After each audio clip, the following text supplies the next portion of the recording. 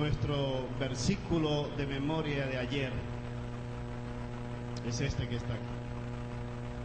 Y antes de repetirlo, quiero decirle lo siguiente.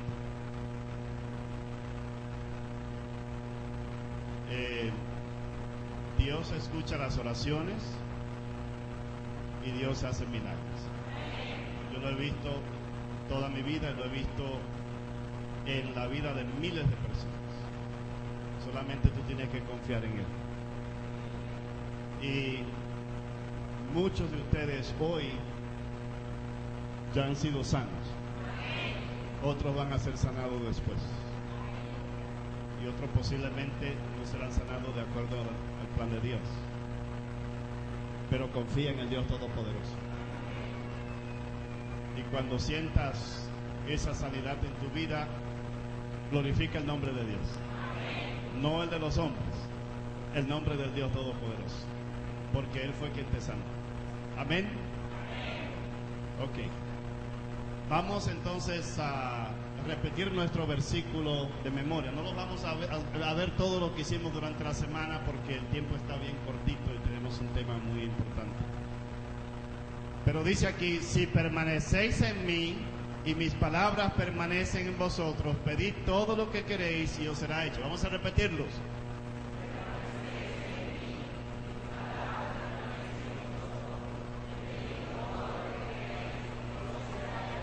Ok, entonces ahora de memoria: si permanecéis en mí y mis palabras permanecen en vosotros. Ok. El versículo de esta noche se encuentra en 1 de Pedro 5:7. Vamos a repetirlo. Echando toda vuestra ansiedad sobre Él, porque Él tiene cuidado de vosotros.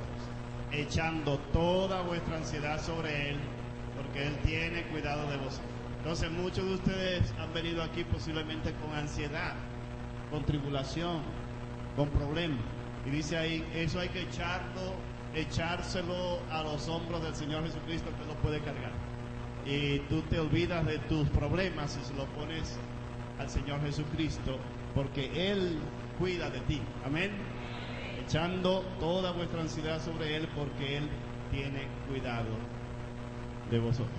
¿Qué? Vamos a repetirlo. Echando toda vuestra ansiedad sobre Él, porque Él tiene cuidado de vosotros. Ya lo pueden repetir de memoria, ¿no es cierto?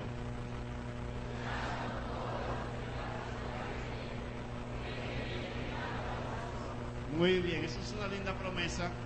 Tú la pones en tu corazón, y cuando estás atribulado, tienes alguna situación, tú te acuerdas y dices para ti mismo: ¿y por qué me estoy preocupando? ¿Por qué estoy ansioso? Yo lo que tengo que hacer es orar y echar mi ansiedad, mi preocupación, mi dolor, mi pena, mi trajín, mi chasco, echarlo sobre Él, Jesús, porque Él cuida de nosotros. Muy bien, y el tema de esta noche se titula El que adora mi alma. ¿Quién es el que adora mi alma? Es el Señor Jesucristo. Él es el que adora mi alma.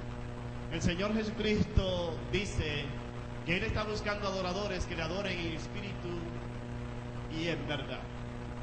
Y hay un enemigo que todos ustedes tienen, que es el diablo. La Biblia se le llama el anticristo, se le llama el dragón, la serpiente antigua, la serpiente tortuosa. Se le llama el maligno, el malvado, el mentiroso, el padre de mentira, Lucifer. Él es quien busca hurtar, matar y destruir. Él busca destruir tu matrimonio, destruir tu salud, destruir a tus hijos, destruir tu vida, destruir tu hogar. Él es tu enemigo. Y Él no está feliz de que tú estás aquí. Porque aquí, en este lugar, es donde nosotros aprendemos los secretos apocalípticos. En esta noche vamos a ver lo que presenta la Biblia en el capítulo 13 acerca del dragón, la bestia que sube del mar y la bestia que sube de la tierra. El tiempo está un poco corto esta noche por lo que acabamos de hacer, así que yo voy a ir un poquito rápido esta noche, pero este tema es de suma importancia que lo entendamos. Mateo 15:9 dice: mas en vano me honran, enseñando doctrinas que son ¿qué cosa? Todos aquellos que sirven a Dios con doctrinas y tradiciones humanas le están sirviendo en vano. Dios no acepta esa adoración. Cada uno quiere hacer su propia religión. Yo estaba también queriendo hacer mi propia religión cuando Dios me estaba llamando para hacer su voluntad. Yo quería hacer mi propia religión. Yo quería hacer una religión que me permitiera hacer de todo un poquito. Y descubrí en la Biblia que dice las Sagradas Escrituras: en vano me honran aquellos que guardan mandamientos de hombre. Como les conté, yo me crié en la iglesia católica y fui monaguillo en la iglesia católica desde jovencito, pero nunca leí la Biblia en la iglesia católica, nunca se me enseñó a leer la Biblia, aunque participaba de la misa y todas las ceremonias.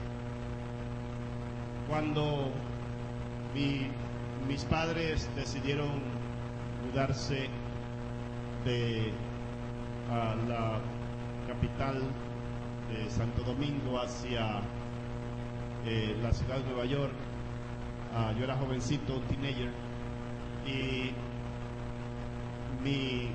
el sacerdote de la iglesia a la cual yo asistía me regaló una Biblia, y en esa Biblia yo descubrí la verdad de Dios. En la Biblia católica que me regaló un sacerdote. Cuando yo empecé a leer la Biblia, esta es la Biblia que está aquí, y él me la dedicó, el padre Rafael Fernández me regaló esa Biblia.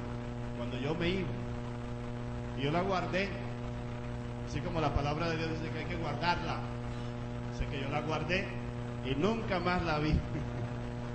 Por años viví perdido, nunca leí la Biblia. Y viví la vida de los rebeldes. Pero Dios no se olvida de sus hijos. Y Dios me dijo: lee la Biblia, lee la Biblia, lee la Biblia, lee la Biblia. Y yo busqué mi Biblia y empecé a leer la Biblia. En esa Biblia yo descubrí que las cosas que yo había aprendido en la iglesia católica estaban diametralmente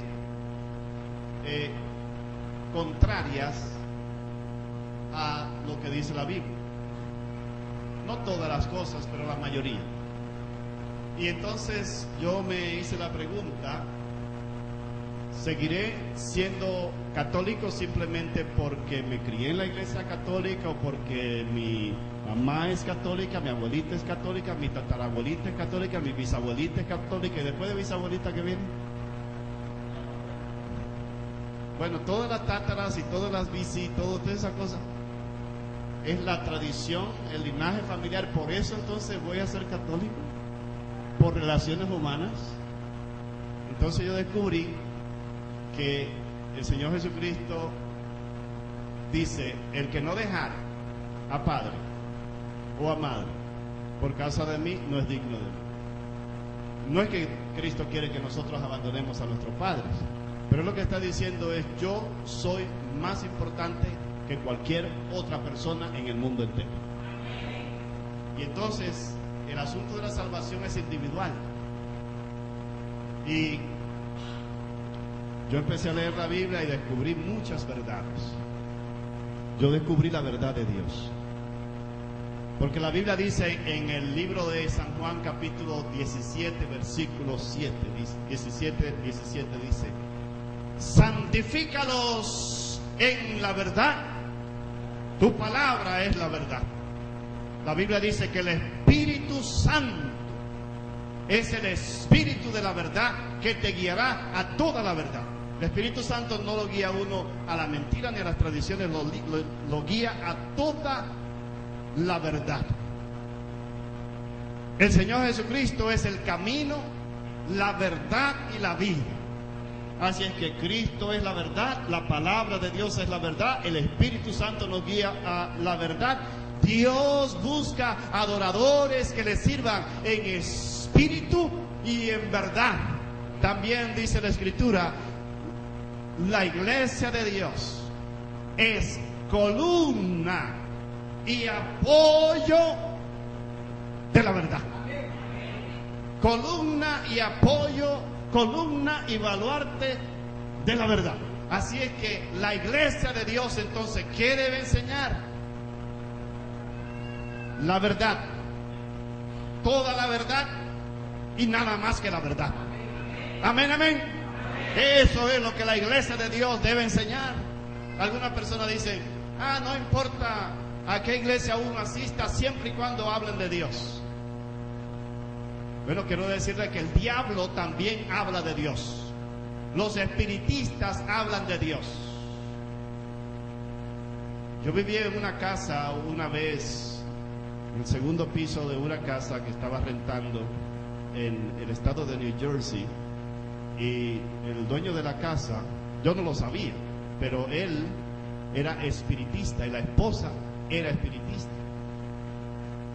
Y mi esposa me decía que a veces ella sentía que la cama se movía. Y yo le decía a ella que posiblemente ella estaba pensando cosas que... Yo le dije, a lo mejor viste alguna película, alguna cosa que te afectó. ¿Cómo que la cama se te mueve? Y luego me dijo que la señora de la casa le dijo a ella que iba a perder su bebé, el primer bebé. Y mi esposa perdió su primer bebé. Nosotros no sabíamos lo que estaba pasando, pero un día ellos se fueron de vacaciones y nos pidieron que atendiésemos a un perrito que tenían en el sótano. Y cuando yo bajé abajo en el sótano, ¿qué creen que encontré? Un altar con todo tipo de santos y las 7, no sé qué, potencias africanas y monos y velas prendidas y una Biblia abierta y unas cosas raras. Ahí fue donde nos dimos cuenta que estamos viviendo en un hogar de gente que adoraba al diablo. Pero esa gente hablaba de Dios. Y eran gente muy buena, pero eran espiritistas. Y mi esposa perdió a su bebé en ese apartamento. Nos mudamos de ahí, inmediatamente supimos lo que estaba pasando. Así que el diablo habla de Dios. Simplemente porque le digan, bueno, en esa iglesia se habla de Dios, es buena. No, no es así. Si no se enseña la verdad, usted no debe estar en una iglesia donde no se enseñe la verdad. Amén. Amén. A menos que usted quiera adorar a Dios en vano. Si usted quiere adorar a Dios en vano, pues usted es libre de hacer lo que quiera. Pero usted vino aquí y mi deber como líder espiritual es enseñarle a ustedes la verdad, porque yo soy responsable delante de Dios de enseñarle al pueblo la verdad que dice la Biblia. Si alguno se enoja, bueno, yo le sigo amando. Si te enojas conmigo, yo te voy a seguir amando, llorando por ti. Pero ninguna de las cosas que yo voy a decir esta noche es con ánimo de ofender a nadie. Pero hay algunas cosas que son duras de tragar. Son duras. Uno las traga, pero son duras. Así que, por favor, no te enojes conmigo. De todas maneras, los que se enojan son los tamales, los pasteles. Se enojan, se ponen en la hoja, que se enojan.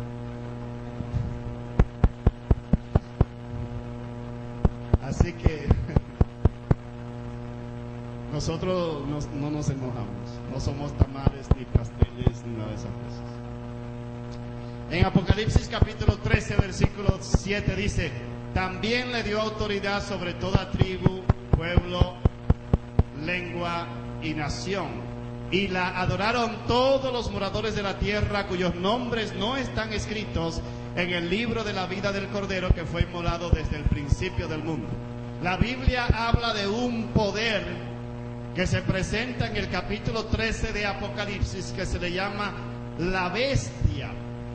La bestia que sube del mar y la bestia... Estamos aquí cambiando micrófono, gracias. La bestia que sube del mar, la bestia que sube de la tierra. Dos bestias que son un símbolo que la Biblia utiliza para describir poderes, reinos, dominio, organizaciones políticas, militares y religiosas. Porque esta organización, este poder es religioso, porque dice, y le adoraron. ¿Quién es el único que se debe adorar? Dios es el único que se debe adorar. Dice, y la adoraron todos los moradores de la tierra, cuyos nombres no están escritos en el libro de la vida del Cordero. ¿Quién es el Cordero? El Señor Jesucristo. Él no es un cordero, pero la Biblia lo presenta como el símbolo de un cordero, porque Él fue el cordero. Como cordero fue llevado al matadero, como cordero fue crucificado, como cordero. Ese es el símbolo que se utiliza para Jesús. El símbolo que se utiliza para esta bestia es una bestia, ¿no es cierto?, que busca ser adorada. En Daniel 7 también se presenta la misma imagen de una bestia que es un poder. Se presentan varios reinos allí y finalmente habla de una bestia indescriptible. Y dice, mientras yo contemplaba los cuernos, he aquí otro cuerno pequeño que salía entre ellos, y delante de él fueron arrancados 3 de los primeros, y ese cuerno empezó a crecer, y ese cuerno entonces dice la Biblia que tenía, hablaba grandes cosas feas. He aquí que este cuerno tenía ojos como de hombre y una boca que hablaba grandes cosas, y dice que el cual era diferente de los primeros, y a 3 reyes derribará. Entonces este es un reino que derriba a otros, que aplasta a otros, que busca que se le adore. Y esta bestia entonces se presenta bien clara en el libro de Apocalipsis. Esta bestia es una que trata de cambiar la ley de Dios. ¿La ley de Dios puede ser cambiada? No, nadie debe tocar la ley de Dios. Sin embargo, la ley de Dios ha sido cambiada. Los mandamientos de Dios, la tabla de la ley de Dios fue escrita con el dedo de Dios en tablas de piedra, indicando la permanencia y la eternidad de la ley de Dios, que no debe ser cambiada por ningún hombre. Sin embargo, la ley de Dios ha sido cambiada por los hombres. La marca de la bestia tiene que ser el signo o señal de la autoridad de la Iglesia católica, porque habla de que pensará en cambiar los tiempos y la ley. Si usted toma los 10 mandamientos tal y como aparecen en la Biblia Nácar Colunga, que fue la Biblia que yo les mostré aquí, esa es una Biblia católica, y en esa Biblia, si usted la lee, va a encontrar allí los 10 mandamientos en el libro de Éxodo capítulo 20. Y dice esos 10 mandamientos lo mismo que dice esta Biblia. Pero si usted compara esos 10 mandamientos de la Biblia Nácar Colunga con los 10 mandamientos del Catecismo Católico, va a encontrar que no son iguales. Por ejemplo, la Biblia católica dice claramente que nosotros no debemos adorar imágenes. Bien claro. Si usted busca en el Catecismo, ese mandamiento no existe. La Biblia dice claramente que el sábado es el día que se debe adorar a Dios. Cuando usted busca el 4.º mandamiento en la Biblia católica, lo que va a encontrar es santificar las fiestas. Eso está en el Catecismo, santificar las fiestas.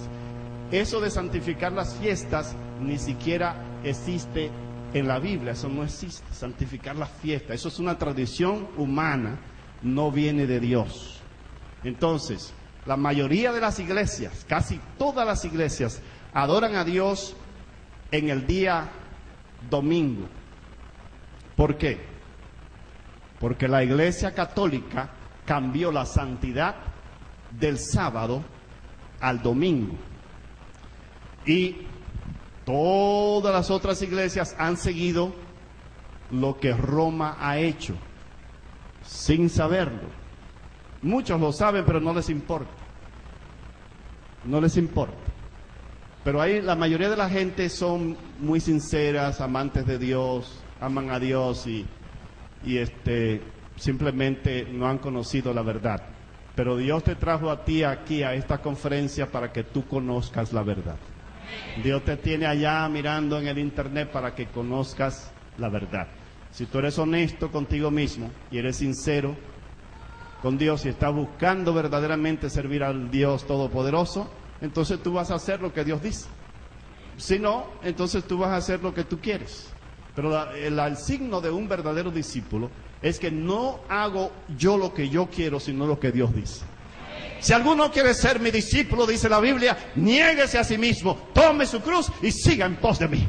Ese es el signo y la señal de todo discípulo del Señor Jesucristo. Y dice la Escritura también en Gálatas capítulo 2, versículo 20, dice allí la Biblia: con Cristo estoy juntamente crucificado, dice Pablo, y ya no vivo yo, sino que vive Cristo en mí. Y lo que ahora vivo en la carne, lo vivo en la fe del Hijo de Dios, quien me amó y se entregó a sí mismo por mí. Ese es el verdadero cristiano.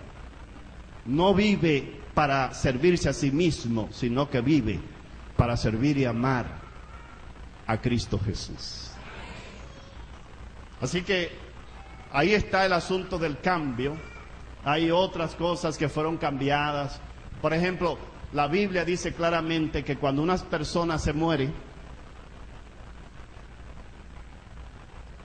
¿a dónde se va? Hay un poco de confusión. ¿Dónde se va la gente cuando se muere? Se va al cementerio. Bueno, no se va, es que lo llevan. Porque no, ningún muerto se va el muerto no se va para ningún lado. Hay que llevarlo.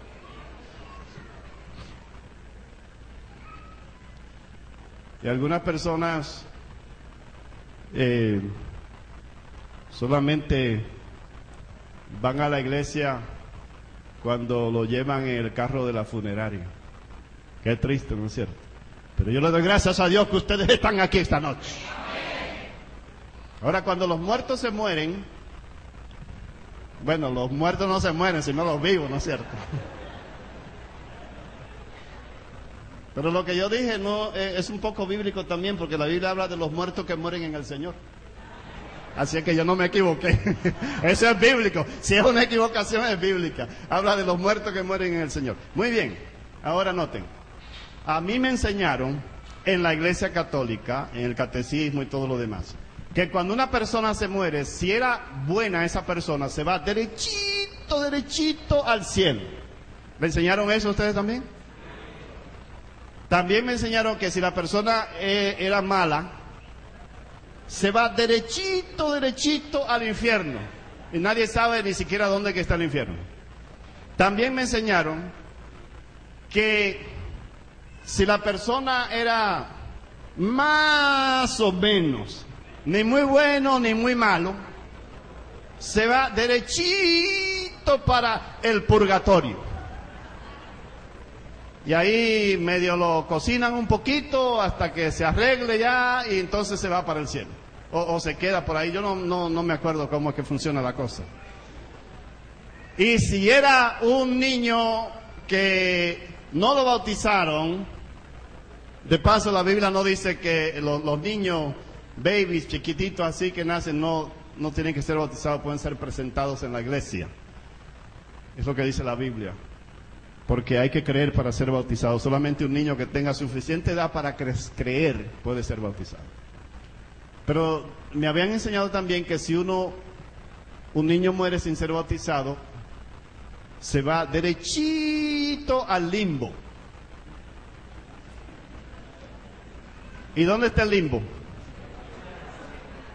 Hay algunas personas que cuando uno le habla y se quedan así, oye, tú parece que estás en el limbo. Y así están como si fuera el limbo. Ahora, cuando usted lee la Biblia, cuando yo empecé a leer la Biblia y empiezo a buscar la palabra limbo, no existe limbo en la Biblia. Y cuando la palabra purgatorio, tampoco existe el purgatorio en la Biblia. ¿Qué es eso? Tradiciones humanas. Son cuentos que le han metido a la gente y la gente anda creyendo cosas que no son palabra de Jehová.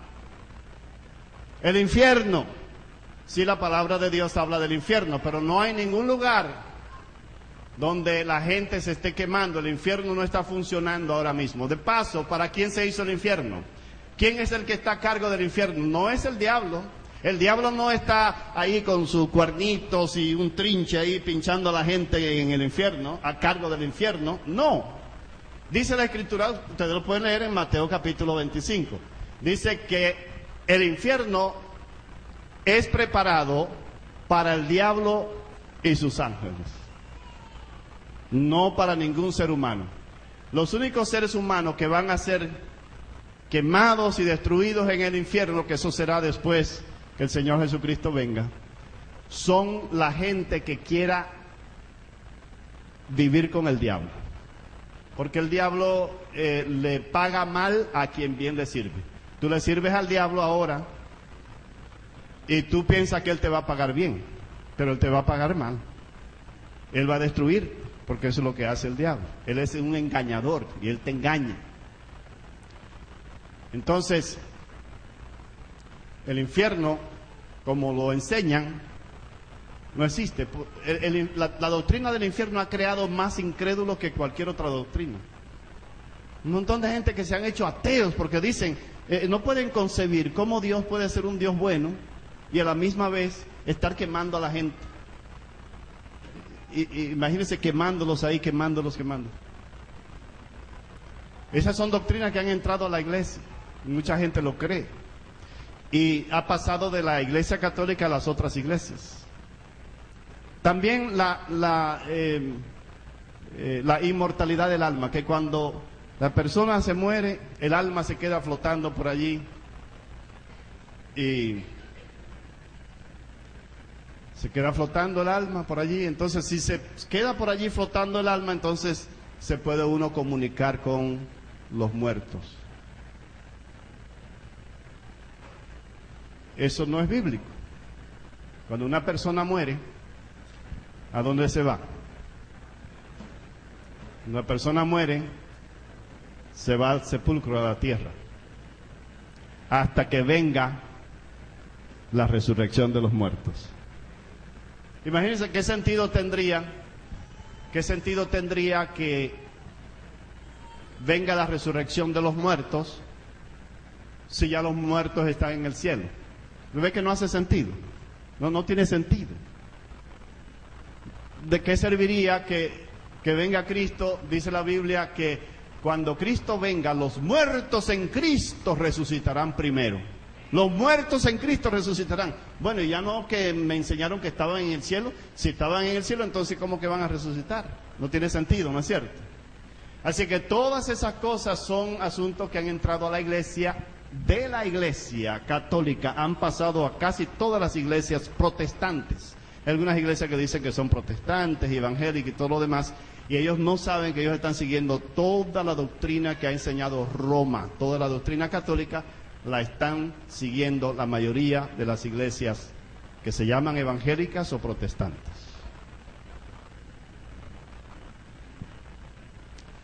Noten lo que dice aquí.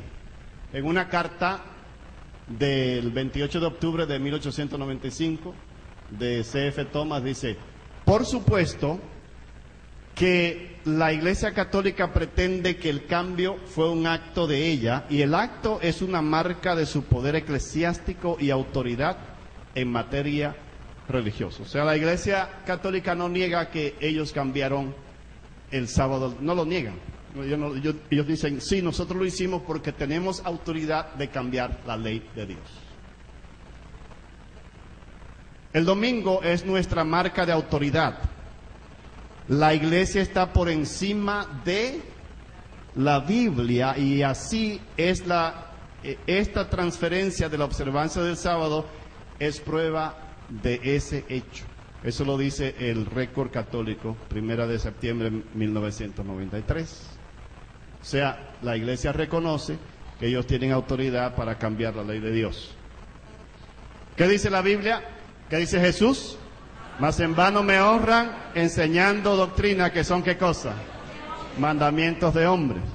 En el año 1538, Justiniano le dio poder al obispo de Roma para que tuviese poder político y militar.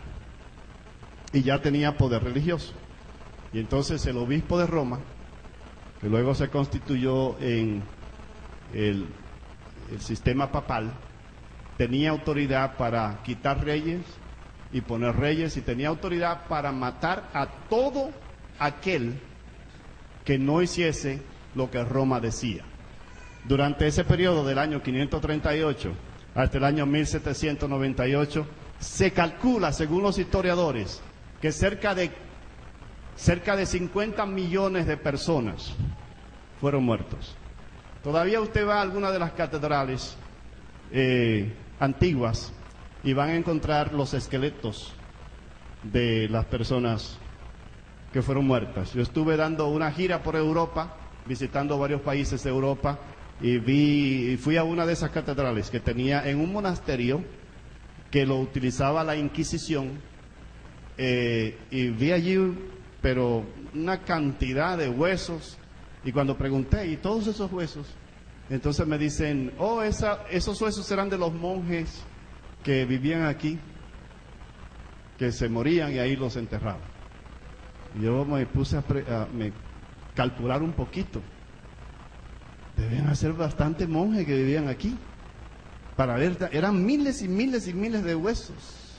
Y claro, ellos no querían decir que era del asunto de la Inquisición, pero usted va a México, va a encontrar allí catedrales que tienen todavía los huesos, va al Perú, encuentra lo mismo. O sea, la iglesia no lo niega eso no es que yo estoy levantándole un falso a la iglesia no lo niega, ellos mismos reconocen.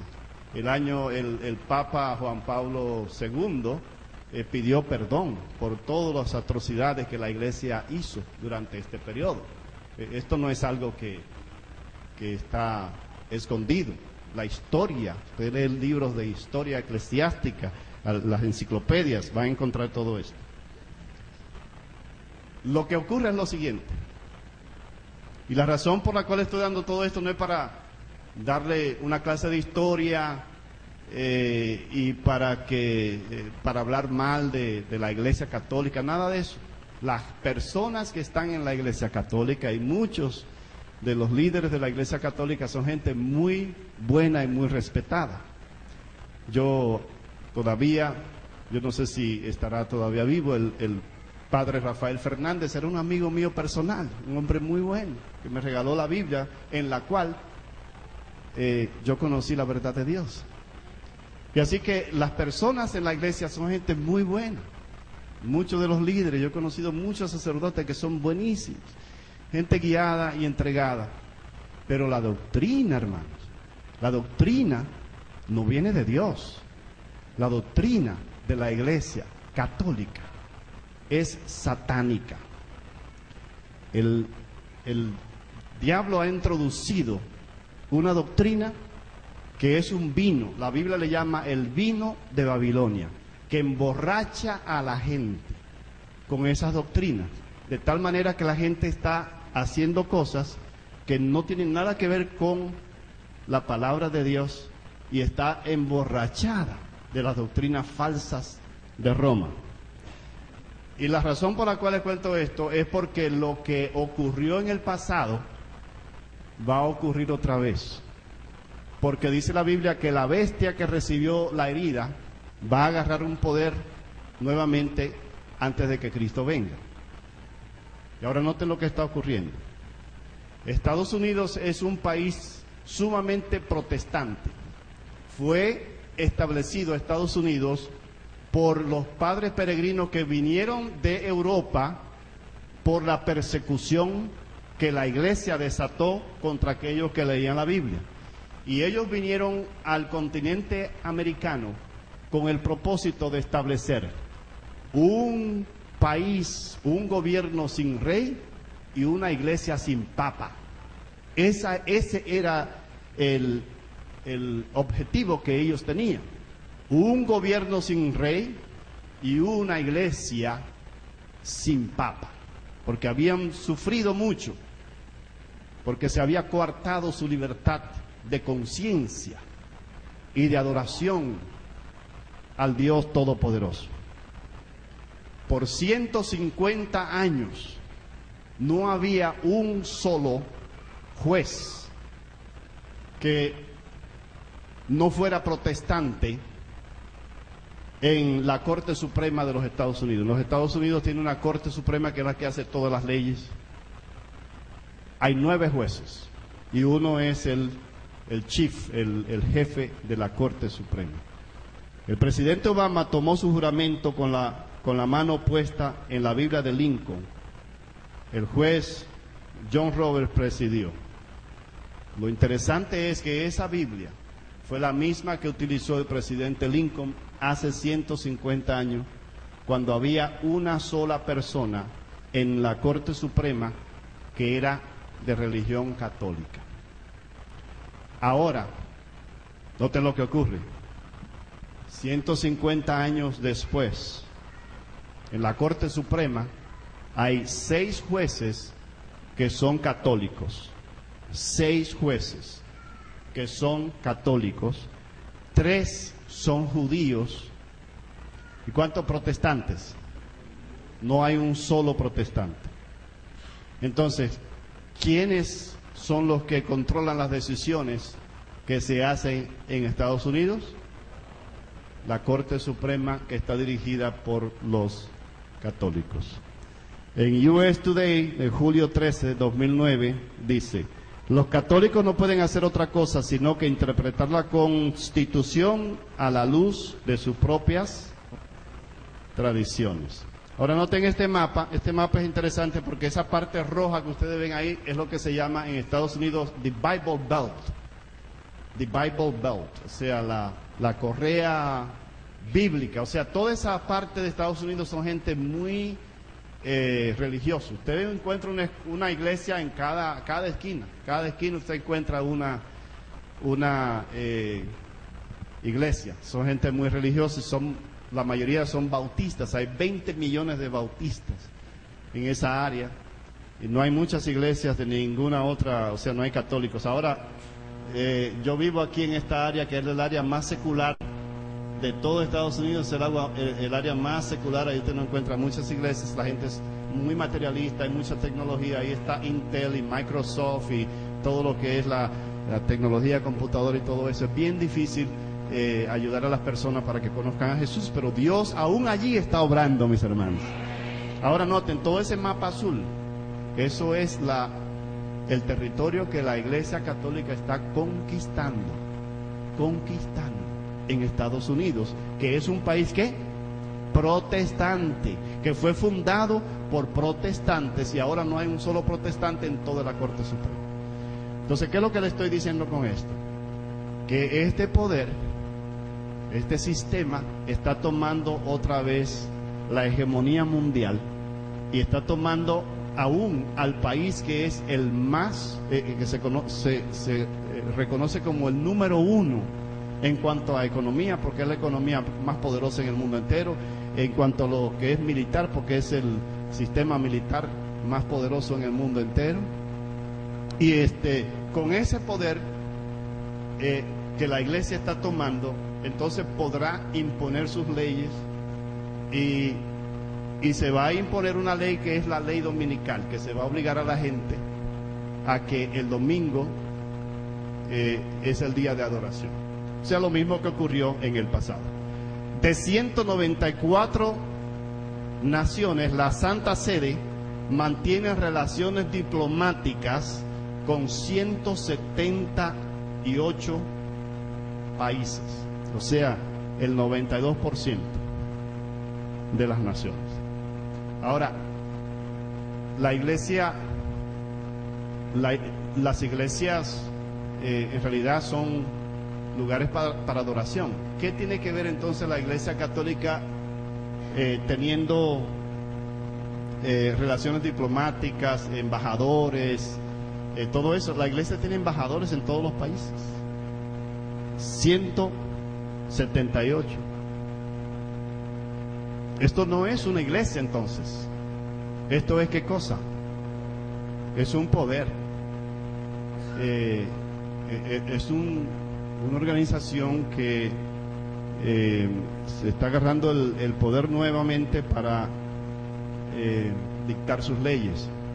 Cuando murió el Papa Juan Pablo II, noten ustedes que los presidentes y expresidentes, todos los dignatarios, más de 200 presidentes y reyes y dignatarios de casi todos los países del mundo, fueron y se arrodillaron delante del cadáver del Papa Juan Pablo II. Casi siempre el Papa viene a la Casa Blanca, se reúne con los presidentes, tan pronto son elegidos. Apocalipsis 13:3 dice: y se maravilló ¿quién?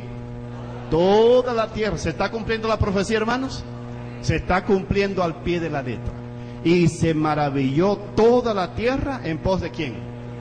En pos de la bestia. Apocalipsis 13:18 dice: aquí hay sabiduría, el que tiene entendimiento cuente el número de la bestia, pues es número de hombre y su número es 666. La Biblia habla del número 6. El número 6 representa la imperfección. En el sexto día el hombre fue creado, y todo lo que tiene que ver con hombre, con las cosas humanas, va en el número 6. Entonces 666 indica que este poder, su marca es humano. Es un poder humano que se toma las prerrogativas que le pertenecen solamente a Dios. El número 7 representa perfección.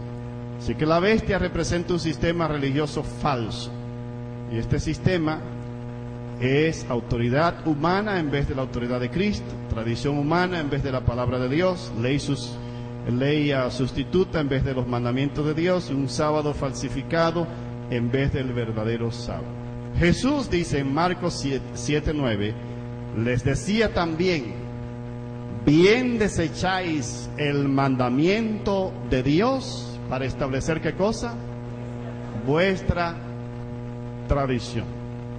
Para establecer vuestra tradición.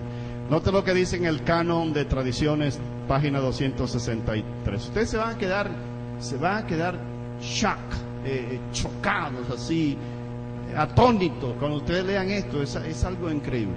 Dice: la autoridad de la iglesia no puede estar atada a la autoridad de la escritura, porque la iglesia ha cambiado el sábado al domingo no por mandato de Cristo, sino por su propia autoridad. Y ahora noten: al igual que dos ríos sagrados fluyen del paraíso, la Biblia y la tradición contienen ¿qué cosa? La palabra de Dios. Y aunque estas dos corrientes divinas son de igual santidad, todavía de las dos, la tradición es para nosotros más clara y segura. ¿No está eso en contra de lo que dice Cristo? Está completamente en contra de lo que dice Jesús. Por eso es que este poder es el anticristo. Es el que se pone en lugar de Cristo, se sienta en el trono de Cristo. Y hay más todavía.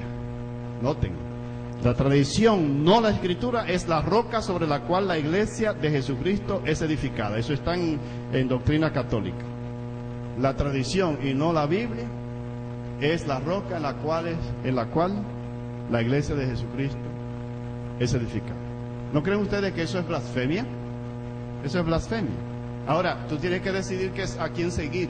¿Qué vas a seguir? ¿Vas a seguir la tradición? ¿Vas a seguir la tradición? ¿O vas a seguir lo que dice la palabra de Dios? Yo he decidido seguir lo que dice la palabra de Dios. Aunque yo me crié en la iglesia católica y amo mucho a mis hermanos católicos y tengo todavía mucha familia que son católicos, pero yo amo a Cristo más que cualquier otra cosa. Cristo es mi amante salvador. Él es el que adora mi alma. A Cristo Jesús. Dice la Biblia, si me amáis, guardaréis ¿qué cosa? Mis mandamientos. ¿Cuántos de ustedes aman al Señor Jesucristo? El Señor Jesucristo te dice, si me amas, si verdaderamente me amas, guarda mis mandamientos. Yo sé que he dicho cosas esta noche que son fuertes, pero quiero decirle que no las he dicho con ánimo de ofender a nadie, sino con ánimo de ayudarles a ustedes a ver lo que la palabra de Dios dice. Una vez prediqué un sermón similar a este, y había un diácono que había sido director de diácono por 30 años en la iglesia católica. Y él entraba y salía. Yo pensaba que él él estaba bien molesto. Pero me dijo, cuando yo salí, me dijo, yo quiero hablar con usted. Y yo pensé, este hombre me va a pegar. Y ¿saben lo que me dijo? Él me dijo, mire, si usted hubiera predicado ese tema antes, yo hace rato que me hubiera bautizado. Yo estaba viniendo a la iglesia porque su hija, su esposa se había bautizado, y todos sus hijos ya adultos se habían bautizado en la iglesia. Y a veces no quiero predicar. A mí me gusta, te han notado, yo soy una persona alegre, me gusta hablar de cosas positivas, alegres, felices. No me gustan temas que sean muy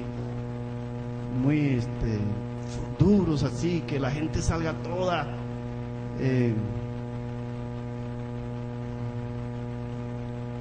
aporreada.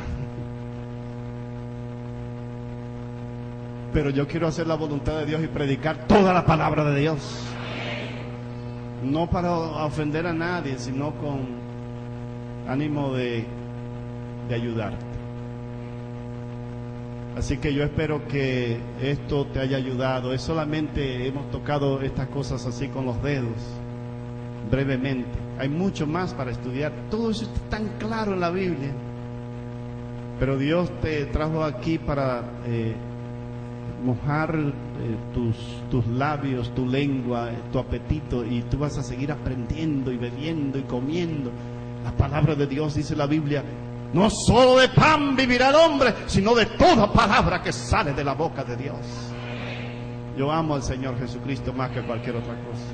Lo amo más que las tradiciones, lo amo más que cualquier otra cosa. Y Cristo Jesús dice, si me amáis, guardad mis mandamientos. ¿Cuántos de ustedes quieren decirle a Jesús en esta noche, Señor, yo te amo y quiero guardar